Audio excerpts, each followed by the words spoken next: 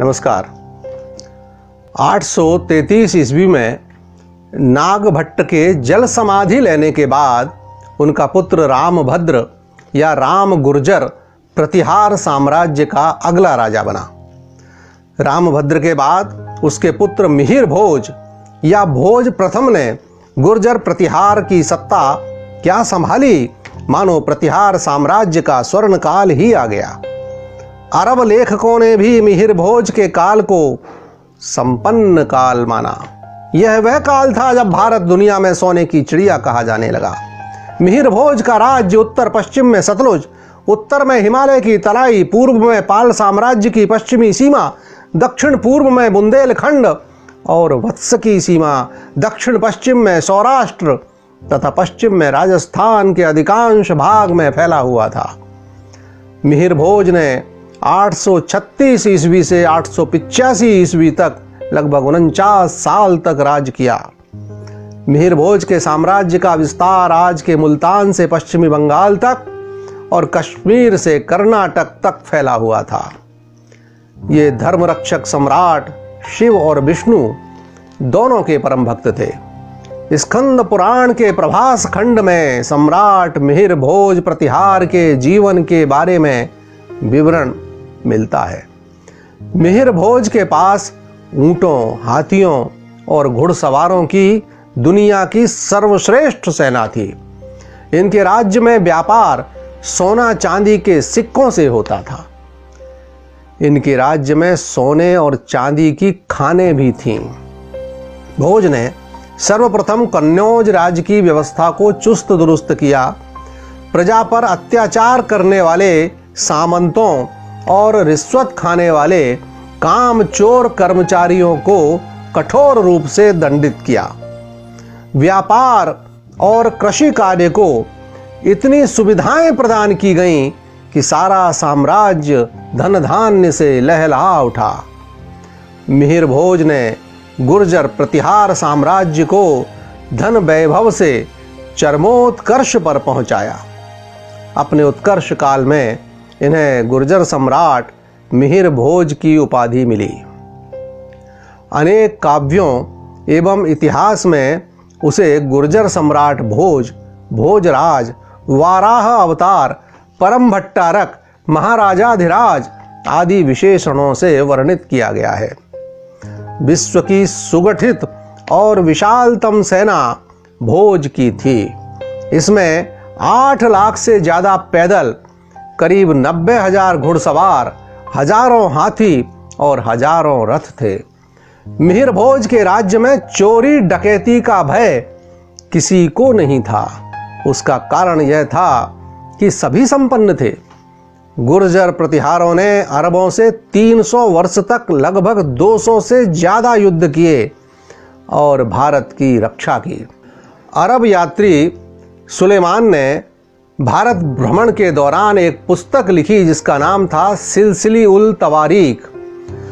851 ईस्वी में सम्राट मिहिर भोज को उसने इस्लाम का सबसे बड़ा शत्रु बताया। साथ ही मिहिर भोज की महान सेना की तारीफ भी लिखी।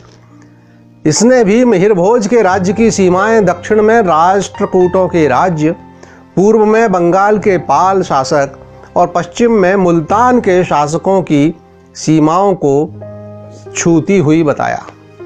915 ईस्वी में भारत आए बगदाद के इतिहासकार अल मसूदी ने अपनी किताब मजरुल जुहाब में भी मिहिर भोज की 36 लाख सैनिकों की पराक्रमी सेना के बारे में लिखा है।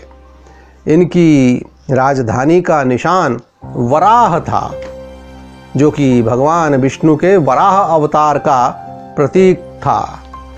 मुस्लिमों के मन में वराह यानी सुअर को लेकर जो नफरत आज भी दिखाई देती है, कौन जाने उसके मूल में मिहिर भोज से हुए संघर्ष ही हों। क्योंकि मिहिर भोज के नेतृत्व में सभी वर्ग एवं जातियों के लोगों ने राष्ट्र की रक्षा के लिए हथियार उठाए और इस्लामिक आक्रांताओं से लड़ाइयाँ लड़ी। हालत यह थी कि मुस्लिम आक्रमणकारी मिहिर भोज के नाम से ही थरथराने लगे थे उन दिनों।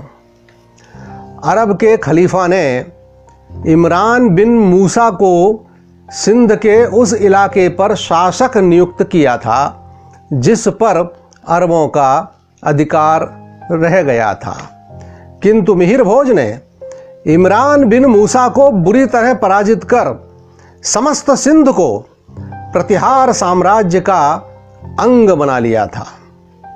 उसके बाद कुछ समय के लिए केवल मंसूरा और मुल्तान दो स्थान अरबों के पास सिंध में इसलिए रह गए थे कि अरबों ने क्षत्रिय सम्राट मिहिर भोज प्रतिहार के तूफानी भयंकर आक्रमणों से बचने के लिए अनमहफूज नामक गुफाएं बनवाई थीं, जिनमें छिपकर अरब अपनी जान बचा लिया करते थे।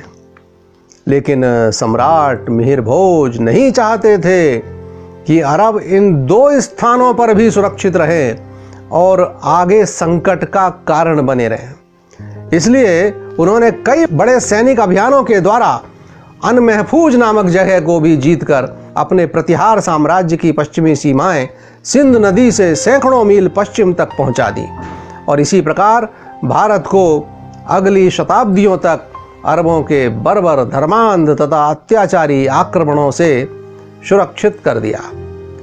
इस तरह सम्राट मिहिर भोज के राज्य की सीमाएं काबुल से रांची व असम तक, हिमालय से नर्मदा व आंध्र तक, काठियावाड़ से बंगाल तक सुदृढ़ तथा सुरक्षित थीं। 50 वर्ष तक राज्य करने के पश्चात वे अपने बेटे महेंद्रपाल को राज सिंहासन सौंपकर संन्यास वृत्ति के लिए वन में चले गए थे। यह तो हुई 8वीं सदी के कन्नौज नरेश मिहिर भोज की कहानी। आइए अब 10वीं सदी के धार अधिपति भोज की गाथा पर ध्यान दें। वैरी सिंह परमार रची धार, असी धार बल बहा सरस्वती धार, धारा सार किए भोज ने। अर्थात बैरी सिंह परमार ने अपनी तलवार की दम पर धार को बसाया। यहाँ भोज ने विद्वानों को सम्मानित कर सरस्वती की धारा प्रवाहित की। इसीलिए कहा गया, जे नहीं हो तो भोज कबिन मौज दे तो कवन, कालिदास को ओज को बढ़ाव तो चतुर्दिक। अगर भोज नहीं होते तो कवियों को संपन्न कौन बनाता और कौन कालिदास का यश चारों ओर फैलाता।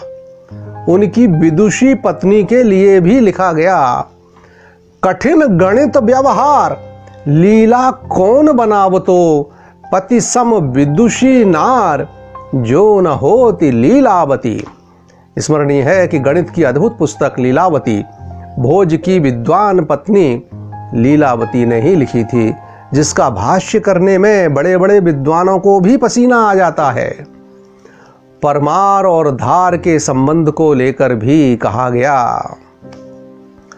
होते नहीं परमार धार कीर्ति किमि फैलती, धार बिना आधार बढ़तो किमि परमार यश। जह परमार तह धार, धार जहां परमार तह, बिन पवार नहीं धार, धार बिना परमार नहीं। कवि ने धार और परमार दोनों को एक दूसरे का पूरक बताया है। तो अगले वीडियो में धार अधिपति भोज की कहानी पर चर्चा करेंगे। लेकिन भोज की कहानी उनके चाचा मुंज की कहानी के बिना अधूरी है। तो अगले अंक में मुंज की अद्भुत कहानी। नमस्कार।